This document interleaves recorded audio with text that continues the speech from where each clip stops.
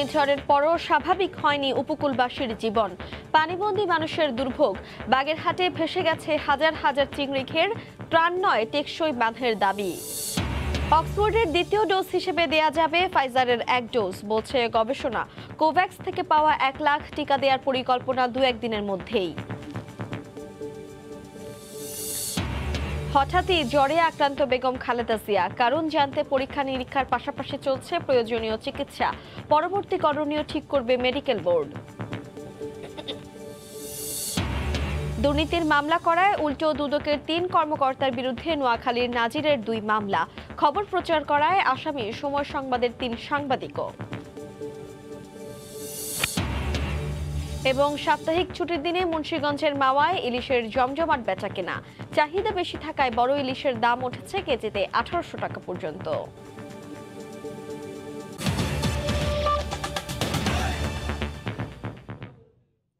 বাংলা সময়ের সঙ্গে আছি আমি তানজিলা খানমেম। ঘূর্ণিঝড় আসে আর বাঁধ ভাঙে, সেই সঙ্গে পুরো উপকূলীয় এলাকার মানুষের কপাল। পলি জমে নদীর তলদেশের উচ্চতা বেড়ে যাওয়ায় প্রতি বছর জোয়ারের পানি উপচে প্লাবনের শিকার হতে হয় এখানকার বাসিন্দাদের। বরাবরের মতো পানি উন্নয়ন বোর্ডের টেকসই বেড়িবাঁধ নির্মাণের আশ্বাসেই সন্তুষ্ট থাকতে হয় তাদের। সাতক্ষীরা থেকে মমতাজ আহমেদ বাপির তথ্য ও ছবি নিয়ে রিপোর্ট। বুধবার দুপুরের আগেই ঘূর্ণিঝড় ইয়াসের প্রভাবে ঢেউ এর সাথে প্রচণ্ড জোয়ার আঘাত হানে বেড়িবাঁধে। স্থানীয়রা ঠেকানোর আপ্রাণ চেষ্টা করেও পারেনি। বাতাসের গতি বাড়ার সাথে সাথে নদীতে পানির তোড়ে শ্যামনগর ও আশাশুনি উপজেলার 20টির মতো পয়েন্টে 11 কিলোমিটার বেড়িবাঁধ ভেঙে বিস্তীর্ণ এলাকা প্লাবিত হয়। মৎস্য বিভাগ বলছে 4500 চিংড়ি ঘেরের মাছ ভেসে গেছে। ডুবে গেছে কাঁকড়া হ্যাচারি। হাঁটু পানিতে হাঁস মুরগি সহ গবাদি পশু নিয়ে মানবেতর জীবন পার করছেন উপকূলবাসী। তাদের অভিযোগ, বারবার পানি উন্নয়ন বোর্ডের দৃষ্টি আকর্ষণ করেও কোনো ফল পাননি। প্রধানমন্ত্রীর কাছে তাদের আবেদন, ত্রাণ নয়, টেকসই বেড়িবাঁধ। বাঁধ যখন ভাঙে তখন আমাদের কপালও ভাঙে। ত্রাণ চাই না, আমরা চাই একটা বেড়িবাঁধ, স্থায়ী বেড়িবাঁধ। সরকারের কাছে আমাদের প্রাণের দাবি থাকে শুধু এতটুকু যে আমরা যেন টেকসই বেড়িবাঁধ পাই। বাঁধ উঁচু না করা পর্যন্ত ভাঙন কোনো সময় রক্ষা করা যাবে না। বারবার বেড়িবাঁধ ভেঙে নিঃস্ব হয়ে গেছে এই উপকূলীয় জনপদের অধিকাংশ মানুষ। আয়লা সেই ক্ষত শুকাতে না শুকাতেই আবার আমাদের এই ইয়াসের আক্রমণ। সুতরাং এখানে যে টেকসই বেড়িবাঁধ না হলে কোনো ক্রমেই এই উপকূলীয় বেড়িবাঁধের আমরা যারা জনগোষ্ঠী আমাদের বাঁচানো সম্ভব হবে না। অবশ্য দায়সারাভাবে পানি উন্নয়ন বোর্ড জানায় টেকসই বেড়িবাঁধের প্রস্তাব পাঠানো হয়েছে। এগুলো আমরা খুব শীঘ্রই মেরামত করতেছি এবং এগুলোর স্থায়ী সমাধান হলো টেকসই বেড়িবাঁধ। এর জন্য প্রকল্প দেওয়া আছে, খুব শীঘ্রই প্রকল্প অনুমোদন হবে এবং অনুমোদন হলে এই অবস্থা থাকবে না। সাতক্ষীরার 700 কিলোমিটার বেড়িবাঁধের মধ্যে 100 কিলোমিটারই ঝুঁকিপূর্ণ। গত বছর আমপানে 70 কিলোমিটার ভেঙেছিল, আর এখন ইয়াসে 20 কিলোমিটার বেড়িবাঁধ ভেঙে বিস্তীর্ণ অঞ্চল প্লাবিত হয়েছে। সময় সংবাদ, সাতক্ষীরা। এদিকে গ্রাম রক্ষা বাঁধ উপচে ও ভেঙে বাগেরহাটে প্রবল জ্বরে ভেসে গেছে কয়েক হাজার চিংড়ি ঘের। এতে কোটি কোটি টাকার ক্ষতি হয়েছে চিংড়ি চাষিদের। এ অবস্থায় ক্ষতিগ্রস্তদের জন্য সরকারের কাছে আর্থিক সহায়তা চেয়েছেন জনপ্রতিনিধিরা। বাগেরহাট প্রতিনিধি আলী আকবর টুটুলের পাঠানো তথ্য, ছবি নিয়ে রিপোর্ট। দেশের সবচেয়ে বেশি চিংড়ি উৎপাদনকারী জেলা বাগেরহাট। গত বছরের মতো এবারও মৌসুমের শুরুতেই করোনার থাবা ও পোনা সংকটে পড়েন চাষিরা। এরপরই ঘূর্ণিঝড় ইয়াসের প্রভাবে প্রবল জোয়ারের পানিতে গ্রাম রক্ষা বাঁধ উপচে ও ভেঙে জেলার 5টি উপজেলায় পানি ঢুকে প্রায় 5000 চিংড়ি ঘের ভেসে গেছে। এতে কোটি কোটি টাকার ক্ষতির মুখে পড়েছেন চাষিরা। পুঁজি হারিয়ে দিশেহারা চিংড়ি চাষি ও ব্যবসায়ীরা। 25 বিঘা ঘের আমার এই বেড়ি ফাতারি সব নষ্ট হয়ে গেছে। আমাদের সবাই কম বাস লোন করা আছে, বিভিন্ন এনজিও বিভিন্ন প্রতিষ্ঠান থেকে লোন করা আছে। আমার 10 লক্ষ টাকার প্রজেক্টের মাছ বেড়ে গেছে এই নদীর জোয়ারে। ক্ষতিগ্রস্ত চিংড়ি চাষিদের পুনরায় চাষের জন্য নানা পরামর্শ দেওয়া হচ্ছে বলে জানান উপজেলা মৎস্য কর্মকর্তা। যেহেতু পানিটা একটু অন্যান্য পানির সাথে মিক্স হয়ে পানি বিষাক্ত হয়েছে, তো আমি সবাইকে বলবো যে পুকুরে এখন শতক প্রতি 250 থেকে 300 গ্রাম চুন প্রয়োগ করলে পানিটা পরিস্রুত হবে, তারপর তারা সপ্তাহখানিক পরে পোনা ছাড়বে। চিংড়ি চাষিদের ক্ষতি পোষাতে সরকারি সহায়তার দাবি জানিয়েছেন স্থানীয় জনপ্রতিনিধি। যে ক্ষতি হয়েছে মানুষের, এই ক্ষতিপূরণ চাই, প্লাস এই যে রাস্তাঘাটগুলো এর সুন্দরভাবে এর উন্নয়ন চাই। তবে জেলা মৎস্য কর্মকর্তার পরামর্শ, প্রাকৃতিক দুর্যোগের সাথে তাল মিলিয়ে পরিকল্পিতভাবে চিংড়ি চাষ করতে হবে। এই প্রাকৃতিক দুর্যোগ থাকবেই, এখন এই প্রাকৃতিক দুর্যোগের সাথে তাল মিলিয়ে চাষিকে যেটা আমরা আগেও পরামর্শ দিই, এখনো বলছি যে প্রতি বছর ঘেরটা সংস্কার করে পাটটা উঁচু করার জন্য। জেলায় 67,000 হেক্টর জমিতে 78,500 বাগদা ও গলদা চিংড়ির ঘের রয়েছে। গত অর্থ বছরে 16,500 মেট্রিক টন বাগদা ও 15,500 মেট্রিক টন গলদা চিংড়ি উৎপাদন হয়েছে। সময় সংবাদ, বাগেরহাট। ঘূর্ণিঝড় ইয়াসের প্রভাব কেটে যাওয়ায় কমেছে সাগরের প্রবল জোয়ার, তবে মেরিন ড্রাইভের বিভিন্ন জায়গায় দেখা দিয়েছে ভাঙন। এই মুহূর্তে কক্সবাজারের মেরিন ড্রাইভের হিমছড়ি পয়েন্টে আছেন রিপোর্টার সুজাউদ্দিন রুবেল। সরাসরি যাচ্ছি তার কাছে। রুবেল, ঘূর্ণিঝড় ইয়াসের প্রভাব কেটে গিয়েছে, প্রবল জোয়ারও নেই, কিন্তু ঘূর্ণিঝড় ইয়াসের প্রভাবে যে ক্ষতি হয়েছে সেটির চিত্র কিন্তু এখন ভেসে উঠছে। যদি বলতে হয় মেরিন ড্রাইভ, এই মেরিন ড্রাইভটি গত দুদিন ধরে জোয়ারের প্রবল জোয়ারের যে আঘাত এসেছে সেই আঘাতের চিত্র কিন্তু এখন দেখা যাচ্ছে। আমরা দেখতে পাচ্ছি একদম মেরিন ড্রাইভ সড়ক যেটি রয়েছে সেই সড়কের পাশে যে তীব্র ভাঙন, সেটির ভাঙনের দৃশ্য আমরা দেখতে পাচ্ছি। এখানে জিও ব্যাগ ফেলা হয়েছে, যে সেই জিও ব্যাগও কিন্তু এই যে প্রবল জোয়ার সেটির আটকাতে পারেনি। এইখান থেকে সাগরের পানি প্রবল জোয়ার এসে জিও ব্যাগে আঘাত করার পরও সেটি আঘাত করেছে মেরিন ড্রাইভ সড়কে। সেই সড়কে যে ভাঙনের চিত্র সেটি আপনারা দেখতে পাচ্ছেন, কি ভয়াবহ অবস্থা। আমরা গত দুদিন ধরে এখানে আসলে ঘূর্ণিঝড় ইয়াসের প্রবল জোয়ারে এখানে তীব্র ভাঙন দেখা দিয়েছে। এখানে যে ঝাউ গাছ রয়েছে সেই ঝাউ গাছও ভাঙন তীব্র আকার ধারণ করেছে। আমরা এখানকার যারা স্থানীয় ব্যবসায়ী রয়েছেন কিংবা গাড়ি চালক রয়েছেন তারাও বলছেন এই ঘূর্ণিঝড় ইয়াসের প্রভাবে তাদের ব্যাপক ক্ষয়ক্ষতি হয়েছে, অনেকের দোকান পানিতে তলিয়ে গিয়েছে এবং যেভাবে ভাঙনের কারণে মেরিন ড্রাইভ সড়কে যে তীব্র আকার ধারণ করছে, যার কারণে যানবাহন চলাচল অনেকটা ব্যাঘাত হয়েছে গত দুদিনে। এখন যেহেতু ভাটা এবং ঘূর্ণিঝড় ইয়াসের প্রভাবও যেহেতু কমে গিয়েছে, তাই দ্রুত সময়ের মধ্যে এখানে টেকসই বাঁধ দেওয়ার একটি দাবি করেছেন ব্যবসায়ী এবং গাড়ি চালকরা।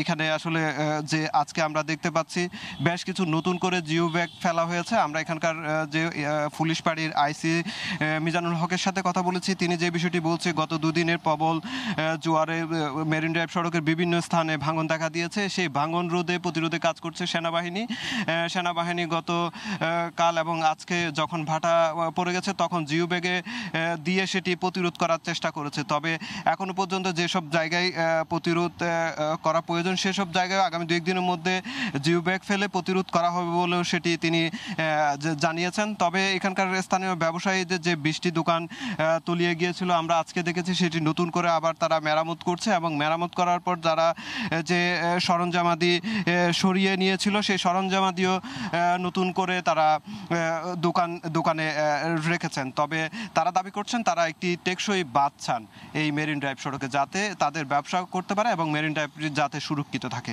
তো মিম, এ ছিল আমার কাছে মেরিন ড্রাইভ সড়ক থেকে সবশেষ।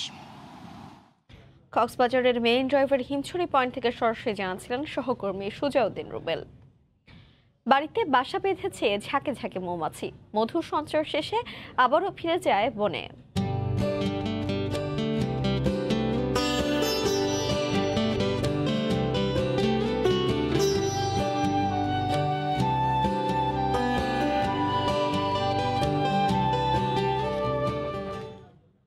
সাতক্ষীরার দেবহাটার আবু সাইদের বাড়ির মৌমাছি নিয়ে রিপোর্ট থাকছে সংবাদের শেষাংশে।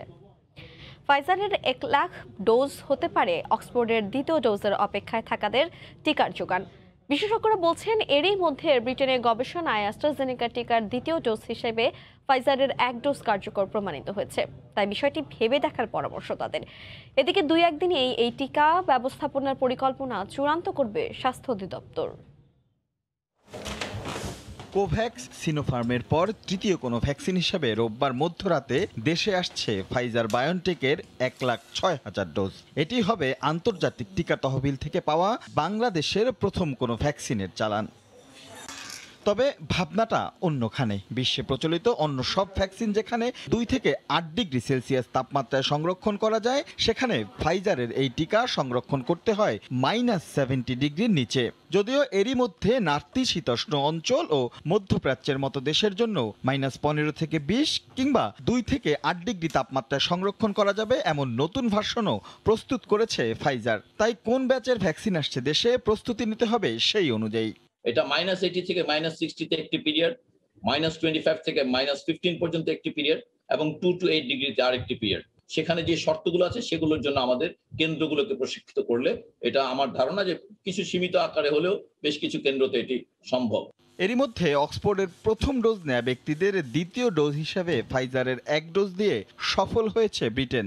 তাই এই 1 লাখ ডোজ দেশে দ্বিতীয় ডোজের অপেক্ষায় থাকাদের টিকার চাহিদা মেটাতে সহায়ক হতে পারে। তবে এই টিকা 12 বছরের উপরে প্রয়োগ করা গেলেও বয়স্কদেরই প্রাধান্য দেওয়ার তাগিদ বিশেষজ্ঞদের। যারা নাকি এখন দ্বিতীয় ডোজের জন্য অপেক্ষমান 55 বছরের বেশি বয়সী মানুষ আছেন, ওনারা হবেন সবচেয়ে উপযুক্ত প্রার্থী এই 1 লক্ষ ডোজ অথবা ফাইজার বায়োনটেকের জন্য। কারণ এখন যেহেতু অ্যাস্ট্রাজেনেকা আমরা সংগ্রহ করতে পারছি না, অ্যাস্ট্রাজেনেকার দ্বিতীয় ডোজ বিকল্প হিসেবে এখন পর্যন্ত একটি প্রমাণিত গবেষণা আছে যেখানে ফাইজার বায়োনটেক ব্যবহার করা হয়েছে। যদিও এখনো প্রয়োগ পরিকল্পনা চূড়ান্ত করেনি স্বাস্থ্য বিভাগ, তবে তাপমাত্রা বেঁধে যে কোনো জ্বালানি আসুক তা সংরক্ষণ ও বিতরণের সক্ষমতা আছে বলে জানিয়েছে স্বাস্থ্য অধিদপ্তর। এই ফাইজারের টিকা আসলে কিভাবে এটা রাখা হবে, এটা দেওয়ার জন্য কাদেরকে ট্রেনিং দিতে হবে এবং সেই ট্রেনিংটার ম্যাটেরিয়ালসগুলি তৈরি করা, এগুলো পর্যায়ে আছে। বৃহস্পতিবার ফাইজার বায়োনটেকের টিকা জরুরি ব্যবহারের অনুমতি দিয়েছে ওষুধ প্রশাসন অধিদপ্তর। রাশেদ লিমন, সময় সংবাদ, ঢাকা। বাংলা সময় আরো থাকছে। ভাষাঞ্চলে প্রথমবারের মতো সিজারিয়ানে জন্ম নিল এক কন্যা শিশু। ঢাকা থেকে যান 4 চিকিৎসক। অপারেশনে নেতৃত্ব দেওয়া ডাক্তার রুমানার নামেই রাখা হয় নবজাতকের নাম। হঠাৎ করে জ্বরে আক্রান্ত হয়েছেন রাজধানীর এভার কেয়ার হাসপাতালে চিকিৎসাধীন বিএনপির চেয়ারপারসন বেগম খালেদা জিয়া। এ তথ্য জানিয়ে দলটির মহাসচিব বলেছেন, জ্বরের কারণ নির্ণয়ে পরীক্ষা নিরীক্ষার পাশাপাশি প্রয়োজনীয় চিকিৎসাও দেয়া হচ্ছে। পরবর্তী করণীয় ঠিক করবে মেডিকেল বোর্ড। করোনায় আক্রান্ত হয়ে 1 মাস আগে রাজধানীর এভার কেয়ার হাসপাতালে ভর্তি হন বিএনপি চেয়ারপারসন বেগম খালেদা জিয়া। ভর্তির সপ্তাহখানেক পর শ্বাসকষ্ট দেখা দিলে তাকে কেবিন থেকে করোনারি কেয়ার ইউনিট সিসিইউতে স্থানান্তর করা হয়। এ সময় পরিবারের পক্ষ থেকে তাকে বিদেশে নিয়ে চিকিৎসা দেওয়ার জন্য সরকারের কাছে আবেদন করা হলেও আইনি জটিলতায় তা আটকে যায়। এরপর করোনা থেকে মুক্ত হলেও করোনা পরবর্তী জটিলতায় তার কিডনি ও হার্ট আক্রান্ত হয় বলে সম্প্রতি দলের পক্ষ থেকে জানানো হয়। শুক্রবার গুলশানে বিএনপি চেয়ারপারসনের রাজনৈতিক কার্যালয়ে দলটির বাজেট ভাবনা বিষয়ক সংবাদ সম্মেলনের শেষ পর্যায়ে বেগম জিয়ার শারীরিক অবস্থা সম্পর্কে জানান মির্জা ফখরুল ইসলাম আলমগীর। তিনি বলেন, বেগম জিয়ার সার্বিক অবস্থা ভালো হলেও বৃহস্পতিবার থেকে তিনি জ্বরে আক্রান্ত হয়েছেন।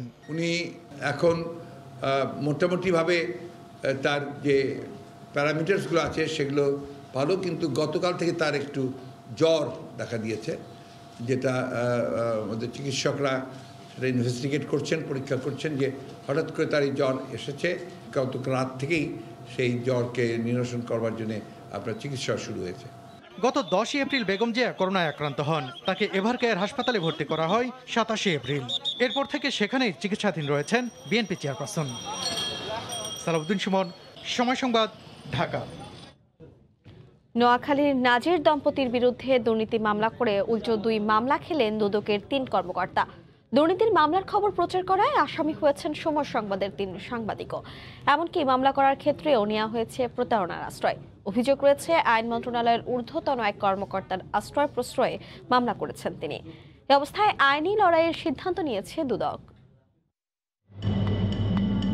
নোয়াখালী জেলা আদালতের নাজির আলমগীর হোসেন, তার বিরুদ্ধে অবৈধ সম্পদ অর্জন এবং টাকা পাচারের অভিযোগে 2টি মামলা করে দুদক। এসব মামলায় গ্রেফতার করা হলেও আটকে রাখা যায়নি তাকে। নাজির দম্পতির বিরুদ্ধে হওয়া দুর্নীতির মামলার খবর প্রচার করে সময় সংবাদ। দুদকের দেয়া চার্জশিটের ভিত্তিতেই প্রতিবেদনটি করা হয়। এতেই ক্ষুব্ধ হন নাজির। 5ই মে নোয়াখালী আদালতে 10 কোটি টাকার মানহানির মামলা করেন তিনি। এরই মধ্যে এই মামলায় সমন জারি করা হয়েছে, দিন ধার্য করা হয়েছে 20শে জুন। এই মামলায় 1 নম্বর আসামি করা হয় সংশ্লিষ্ট প্রতিবেদক আফজাল হোসেনকে, 2 নম্বর আসামি জ্যেষ্ঠ বার্তা সম্পাদক মানোয়ার হোসেন এবং 3 নম্বর আসামি করা হয় সময় টেলিভিশনের ব্যবস্থাপনা পরিচালক ও সিইও আহমেদ জুবাইরকে। এছাড়া জাহাঙ্গীর আলম, মশিউর রহমান এবং সুবেল আহমদ নামে আরও 3 জনকে করা হয় আসামি। পরের 3 আসামিকে এ নিয়ে যখন আলোচনা চলছে, ঠিক তখনই খবর আসে চট্টগ্রামের সাইবার আদালতে জামিন অযোগ্য ধারায় আরেকটি মামলা করেছেন নাজির আলমগীর। এখানেও আসামি করা হয় আগের 6 জনকেই। মামলাটির তদন্তের দায়িত্ব দেওয়া হয়েছে নোয়াখালী পিবিআইকে। সেই সূত্রেই পরিচয় মিলে পরের 3 আসামির। জানা যায় তারা দুদকের কর্মকর্তা। নাজিরের বিরুদ্ধে মামলা এবং গ্রেফতারের সঙ্গে সংশ্লিষ্ট ছিলেন তারা। জেলার দুদক আইনজীবী বলছেন, মামলা করার ক্ষেত্রে প্রতারণার আশ্রয় নিয়েছেন নাজির আলমগীর। সে যে সাময়িক বরখাস্তকৃত কর্মকর্তা এই বিষয়টা সে গোপন করছে। 2 নম্বর, দুদকের যে 3 জনকে তিনি আসামি করছেন, বিবাদী করছেন, তাদের পদবিও উনি গোপন করছেন। ওইখানে নাজির আলমগীর আরেকটা প্রতারণা করছে। অভিযোগ রয়েছে আইন মন্ত্রণালয়ের ঊর্ধ্বতন এক কর্মকর্তার আশ্রয় প্রশ্রয়ে বেপরোয়া হয়ে উঠেছেন নাজির আলমগীর। দুদক আইনজীবী বলছেন, দুর্নীতির বিচার থেকে বাঁচতে এমন কৌশল নিলেও তাকে কোনো ছাড় দেওয়া হবে না। কমিশন মামলাটি কন্টেস্ট করবে এবং কন্টেস্ট করে এই মামলার যা যা করার সবই করবে। কমিশন কর্মকর্তাদের আসামি করে ফৌজদারি মামলা করা আমি এটা দেখিনি। This is my first time. সময় টিভি যেই রিপোর্টটি করেছে সেটা দুর্নীতি দমন কমিশনের কাগজের তথ্য উপাত্তের ভিত্তিতে করা হয়েছে। শুধু আলমগীর নন, তার স্ত্রী জেলার চিফ জুডিশিয়াল ম্যাজিস্ট্রেট আদালতের পেশকার নাজমুন নাহারের বিরুদ্ধেও রয়েছে দুর্নীতি অনিয়মের একই অভিযোগ। আর এই কারণেই আলমগীরকে সাময়িক বরখাস্ত করা হয়। আফজাল হোসেন, সময় সংবাদ, ঢাকা। বহুল আলোচিত নোয়াখালীর ভাসানচরে প্রথমবারের মতো সিজারিয়ানের মাধ্যমে জন্ম নিল এক কন্যা শিশু। ভাসানচরের গণস্বাস্থ্য কেন্দ্রে বৃহস্পতিবার বিকেলে অপারেশন সম্পন্ন হয়। এতে নেতৃত্ব দেওয়া চিকিৎসক রুমানা চৌধুরীরই নামিয়ে নামকরণ করা হয়েছে কন্যা শিশুটির। বিস্তারিত জানাচ্ছেন কমল দে। প্রথমবারের মতো ভাসানচরে কোনো প্রসূতি মায়ের সিজারিয়ান হয়। বৃহস্পতিবার বিকেলে 1 ঘন্টার মধ্যে অপারেশন কার্যক্রম সম্পন্ন হয়েছে। 25 বছর বয়সী রোহিঙ্গা নারী দিলবাহারের ঘরে জন্ম নেয় সিজারিয়ান কন্যা শিশু। অপারেশনের নেতৃত্ব দেওয়া চিকিৎসক রুমানা চৌধুরীর নামে নামকরণ করা হয়েছে এই শিশু কন্যার। আমার পুরো টিম ম্যানেজ করেছে পেশেন্টটাকে এবং সাকসেসফুলি আমরা খুব সুন্দর একটা ফিমেল বেবি ডেলিভার করেছি। ঘূর্ণিঝড় ইয়াসের প্রভাবে সাগর উত্তাল অবস্থায় দিলবাহারের প্রসব বেদনা শুরু হলে হাতিয়া বা নোয়াখালী নেওয়া ঝুঁকিপূর্ণ ছিল। এই অবস্থায় ভাসানচরের গণস্বাস্থ্য কেন্দ্রে অপারেশনের প্রস্তুতি নেওয়ার পাশাপাশি ঢাকা থেকে নিয়ে আসা হয় 4 চিকিৎসককে। মা এবং বাচ্চা দুজনেই সম্পূর্ণরূপে সুস্থ আছে। এটা সম্ভব হয়েছে বাংলাদেশ নেভি, GRC এবং নোয়াখালী সিভিল সার্জন অফিসের সহযোগিতার মাধ্যমে। আমরা এবং গণস্বাস্থ্যের উভয়ের যৌথ সহযোগিতায় সিজারিয়ান সেকশন অপারেশনটি সুষ্ঠুভাবে সম্পন্ন করতে পেরেছি। প্রথমবারের মতো অপারেশনের মাধ্যমে একজনের জন্ম হলো। এখন পর্যন্ত ভাসানচরে 171 জন শিশুর স্বাভাবিক ডেলিভারি হয়েছে। কন্যার বাবা হয়ে উচ্ছ্বসিত দিলবাহারের স্বামী। ভাসানচরের মাঝে আছে আর কি কই সরহারা আইনি আর খুশি খুশি ভাসানচর সরহার তাজা আলহামদুলিল্লাহ বেশি শুকরিয়া ধন্যবাদ। 6 দফায় মোট 18,400 রোহিঙ্গাকে নোয়াখালীর ভাসানচরে নিয়ে আসা হয়েছে। কমল দে, সময় সংবাদ, নোয়াখালী, ভাসানচর। বাংলার সময় আরো থাকছে। বাজারে সরবরাহ না থাকায় দিনাজপুরে লিচুর দাম চড়া। প্রকারভেদে প্রতি শ বিক্রি হচ্ছে 2 থেকে 900 টাকায়। ক্রেতাদের অসন্তোষ। মুন্সিগঞ্জের মাওয়ায় আবারও বেড়েছে ইলিশের সরবরাহ।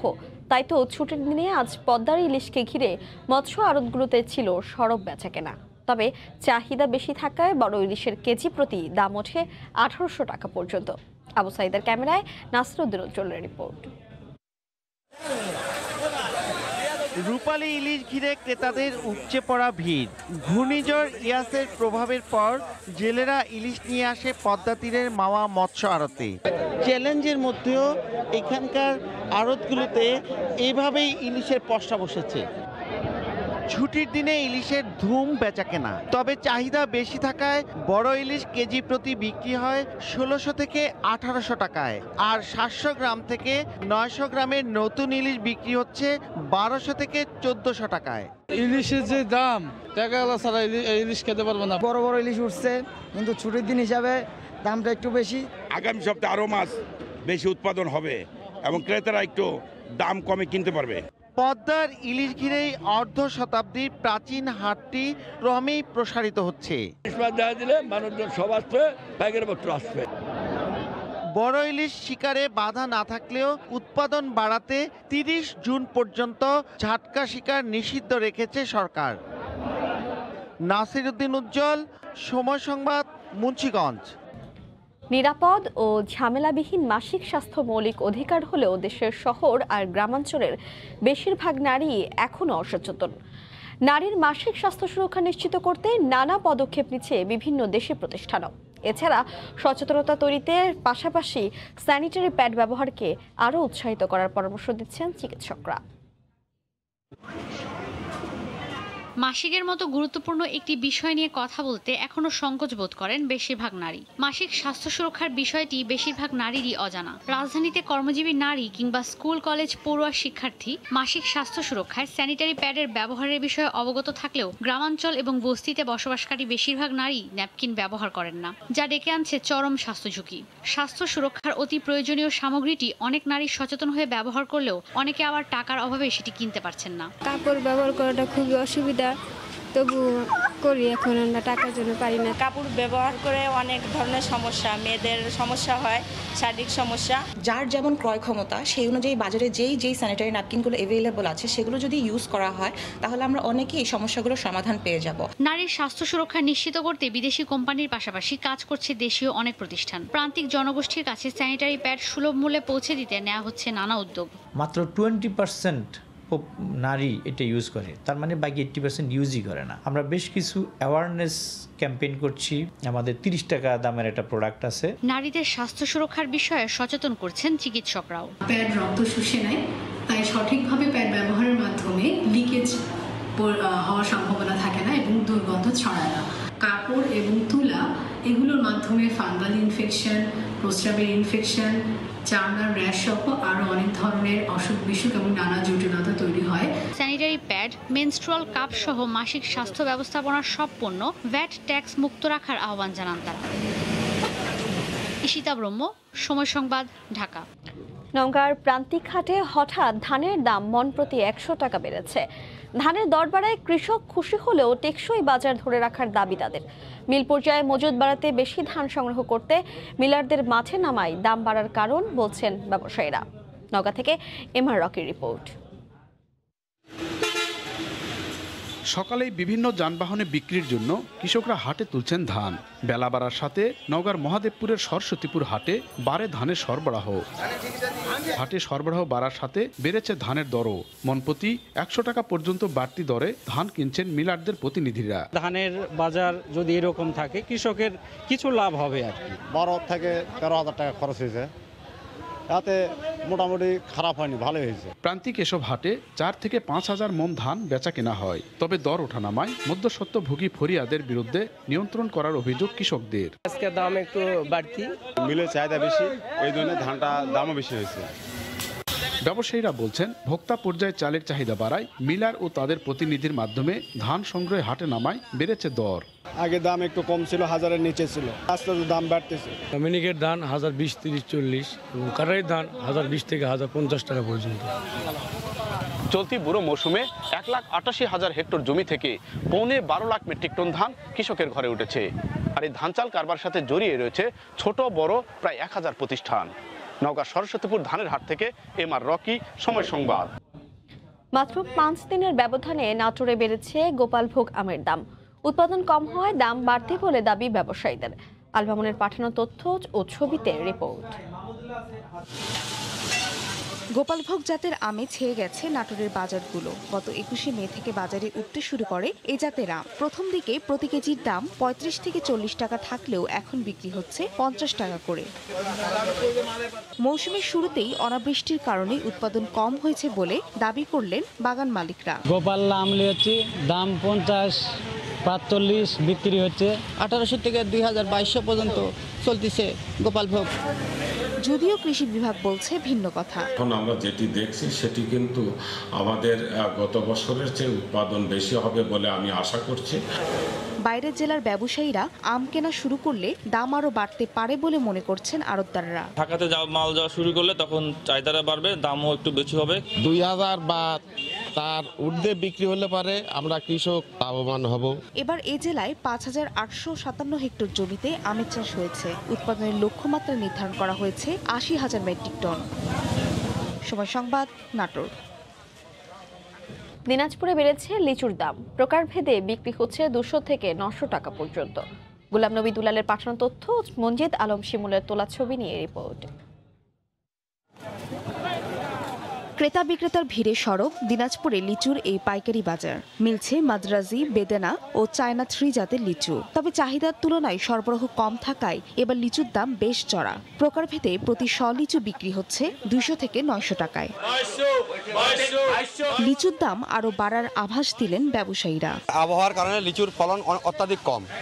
গতবারের তুলনায় এবার লিচু আমাদের 3 ভাগের 1 ভাগ লিচু। গতবার বছরের তুলনায় এই বছরের লিচুর দাম একটু বেশি। সারা বাংলাদেশের পার্টি এখানে এখনো কিছু কিছু ঈশ্বর দিয়ে আছে, এই জন্য কম।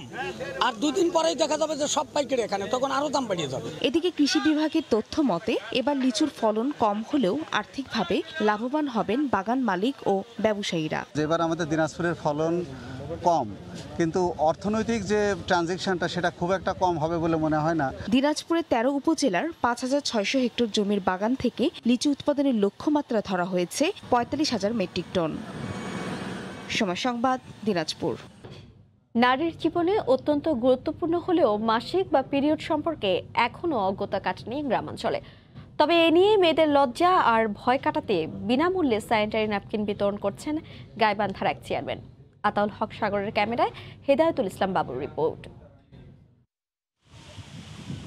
বয়ঃসন্ধিকালে মেয়েদের শারীরিক পরিবর্তনের স্বাভাবিক প্রক্রিয়া হলেও মাসিক নিয়ে পরিবার পরিজনের সাথে খোলামেলা আলোচনা করতে পারে না মেয়েরা। শিক্ষা প্রতিষ্ঠানেও উপেক্ষিত থাকে বিষয়টি। চেষ্টা করেও সবাইকে সচেতন করতে পারছেন না স্বাস্থ্যকর্মীরা। কখনো পরিবার, কখনো দারিদ্রতা বাধা হয়ে দাঁড়ায় মেয়েদের মাসিক স্বাস্থ্য ব্যবস্থাপনায়। আমাদের কাছে যদি টাকা থাকে তো আমরা অতি গোপনে ওই জিনিসটা কিনে নিয়ে আসি। এখন প্যাড ব্যবহার করে মানুষ যেরকম সুবিধা পাচ্ছে, আর তারা কাপড় ব্যবহার করে অনেক অসুবিধার মধ্যেই জীবন কাটাচ্ছে। কারো কারো সামর্থ্য নাই, কারো কারো ভালো লাগে না। এই যখন অবস্থা, সে সময় গাইবান্ধার প্রত্যন্ত গ্রামে ব্যতিক্রম উদ্যোগ নিয়েছেন মনোহরপুর ইউনিয়নের চেয়ারম্যান মিজানুর রহমান চুট্টু। বর্তমানে করোনা আক্রান্ত হওয়ার কারণে আয় কমে গেছে। আয় কমে যাওয়ার কারণে আমি একটা চিন্তা ভাবনা করছি যে ব্যক্তিগতভাবে সীমিত পর্যায়ে হলে আমি বিতরণ করব।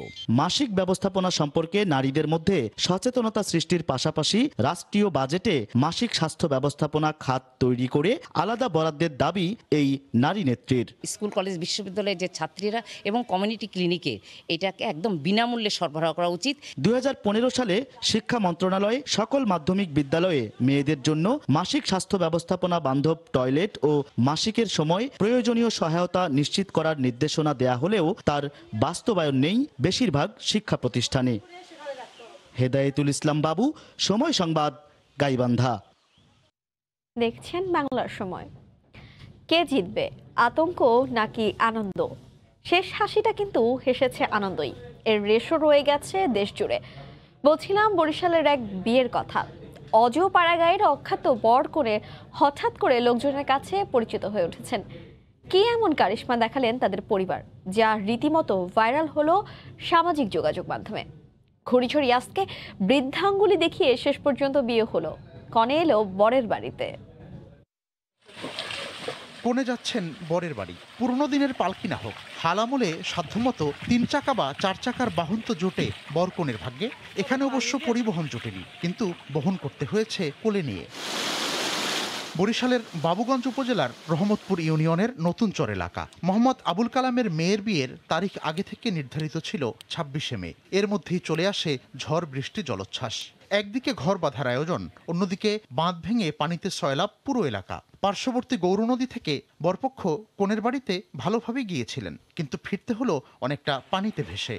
ভাই কেমন লাগতেছে বিয়ে করতে গিয়া? পানির তীব্র স্রোত ভাসিয়ে নিতে পারেনি বিয়ের আনন্দ আয়োজন, বরং তা পায় ভিন্ন মাত্রা। দুপক্ষের স্বজনরাই এগিয়ে আসেন ত্রাতা হয়ে, বর কনে আর শিশুদের কোলে তুলে পৌঁছে দেন উঁচু রাস্তা পর্যন্ত, যে কারণে বিয়ের আনন্দ আর ম্লান হতে পারেনি। পূর্বাভাস জানিয়ে আসা প্রাকৃতিক দুর্যোগ সাধারণত স্মৃতি রেখে যায় বিভিন্নভাবে, কিন্তু তা যে এমন অম্লমধুর হবে কে জানতো এই পূর্বাভাস। সময় সংবাদ, বরিশাল। সাতক্ষীরার দেবহাটার কোড়া গ্রামের আবু সাইদের বসতবাড়ি যেন মৌমাছির অভয়ারণ্য। বছরের ৭ থেকে ৮ মাস ধরে মধু সঞ্চয় করে আবারও বনে চলে যায় মৌমাছিরা। মমতাজ আহমেদ বাবির পাঠানো তথ্য ও ছবি নিয়ে রিপোর্ট।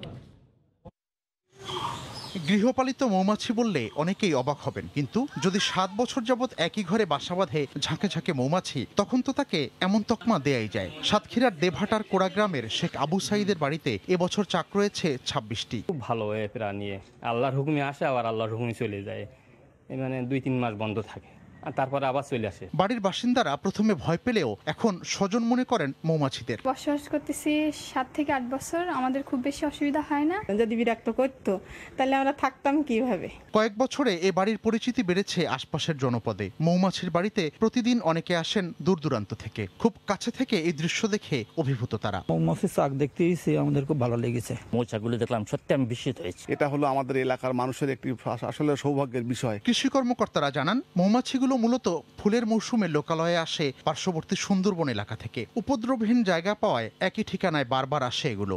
বিভিন্ন মৌসুমে ফলের যখন ফ্রুটস ফুলগুলো মুকুলগুলো ফোটে, মধুগুলো সংগ্রহ করে। ন্যাচারাল মৌমাছি, এটাকে আপনি বাক্সবন্দি করে লালন পালন করতে পারবেন না। অনুভূতির সহায়তার সঙ্গে বাড়িওয়ালার লাভের অঙ্কটা আরেকটু এগিয়ে। মধু বিক্রি করে প্রতি বছর প্রায় ৫০,০০০ টাকা আয় হয় তার। সময় সংবাদ, সাতক্ষীরা। বাংলা সময়ের শীর্ষ সংবাদ জানিয়ে দিচ্ছি আরেকবার।